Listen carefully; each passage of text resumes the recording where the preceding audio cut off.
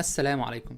ليه محدش بيتصل بيك تعمل انترفيو بالرغم انك بتقدم على شغل كتير جدا؟ هل انت فعلا مش مؤهل ولا السي في بتاعك ما وصلش؟ ده اللي هنتكلم عنه اكتر في الفيديو ده. في 4 اسباب ممكن تقلل من فرصة وصولك لمرحلة الانترفيو وتضيع منك فرص كتير انت كنت فعلا مؤهل ليها وتستحقها. السبب الاول من دول هو طريقة التقديم. في طرق مختلفة للتقديم على الشغل والوظائف، بس مش كل الطرق دي تنفع لكل الشركات. في بعض الشركات مثلا هتطلب منك عشان تقدم عندها الوظيفة انك تخش على الويب سايت وتملأ ابلكيشن طويل جدا، وحتى ممكن تطلب منك تعمل تيست او اونلاين اسسمنت عندهم زي معظم الشركات المالتي ناشونال. في شركات تانية وده الشائع، طرق التقديم عندهم ان انت تبعت السي في بتاعك على الميل بشكل مباشر. وفي شركات تالتة بتعتمد في التعيين على ترشيحات الموظفين الموجودين جوه الشركة، بمعنى انك مش هينفع تقدم الا لما يكون حد من جوه الشركة هو اللي مرشحك.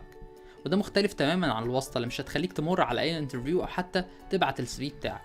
فحاول دايما تتأكد قبل ما تقدم على اي وظيفة انك بتقدم بالطريقة المناسبة للشركة دي، او حتى ممكن تستخدم طريقة او اتنين في نفس الوقت، زي مثلا انك تبعت السي في بتاعك على الميل مباشرة للشركة، وفي نفس الوقت تحاول تبني علاقات مع موظفين اوريدي موجودين في الشركة وتطلب منهم ان هم يرشحوك لفرصة انترفيو. السبب التاني هو الميل اللي بتقدم بيه على شغل. كل وظيفة بتقدم عليها في مئات بيقدموا معاك وبيتنافسوا معاك على نفس الوظيفة دي، والاتش ار او الريكروتر ما عندوش وقت كبير ان هو يفتح كل الايميلات دي او يبص على كل السيفيهات دي. عشان كده لازم تتاكد دايما ان الميل اللي هتبعته يكون بيشد الانتباه ويوضح فعلا انت بتقدم على ايه. زي مثلا حاول تتاكد ان السبجكت بتاع الميل بتاعك يكون مكتوب فيه دايما التايتل اللي انت مقدم عليه واسمك، عشان تعرف الريكروتر انت مقدم على انهي منصب بالتحديد. تاني حاجة، حاول دايما البادي بتاع الميل يكون مكتوب فيه كلام غير تقليدي بيوضح مؤهلاتك. يعني ما تكتبش مثلا kindly find my attached CV او I'm looking for a job او الكلام ده. حاول تكتب حاجة مميزة، انك تكتب مثلا summary بتوضح فيه المؤهلات بتاعتك وليه انت شايف نفسك انسب حد للوظيفة. تالت حاجة، حاول تتأكد ان السي في بتاعك معمول له رينيم باسمك والتايتل برضو اللي انت مقدم عليه، عشان لو حب يعمل له سيف على الجهاز عنده ما يتوهش وسط الزحمة. السبب الثالث هو اخطاء شائعه في السي في.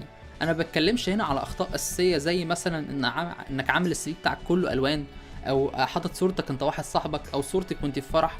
دي اخطاء اساسيه ما ينفعش اصلا تعملها. لكن بتكلم هنا عن اخطاء اكبر شويه او اهم شويه، زي مثلا ان السي في بتاعك عام جدا كاتب فيه كل المؤهلات اللي انت عملتها في حياتك، كل الكورس اللي انت درستها، بغض النظر هي مناسبه للوظيفه او لا. فحاول دايما وانت بتبعت السي في بتاعك اتاكد فعلا ان هو متفصل على حسب المؤهلات اللي الشركه والوظيفه دي محتاجاها. ما تكتبش اي حاجه وخلاص، حاول بس تكتب المؤهلات اللي هم فعلا محتاجينها او ممكن تكون ذات قيمه للوظيفه او للشركه دي. رابع سبب، انك اصلا مش مؤهل. عشان كده قبل ما تقدم على اي شغلانه حاول تتاكد فعلا انك عندك المؤهلات بتاعتها. مش شرط يكون عندك 100% من المؤهلات المطلوبه، لكن على الاقل ما تقدمش على اي وظيفه الا لما يكون عندك 60% على الاقل من المؤهلات دي. وحاول تعرف اكتر ايه اهم المؤهلات المطلوبه في مجالك وحاول تشتغل بيها اكتر عن نفسك. دول 4 اسباب ممكن يقللوا من فرصه وصولك لمرحله الانترفيو. حاول تشتغل عليهم اكتر عشان تزود من فرص الانترفيوز اللي بيجيلك. اشوفكم الفيديو الجاي ان شاء الله. السلام عليكم.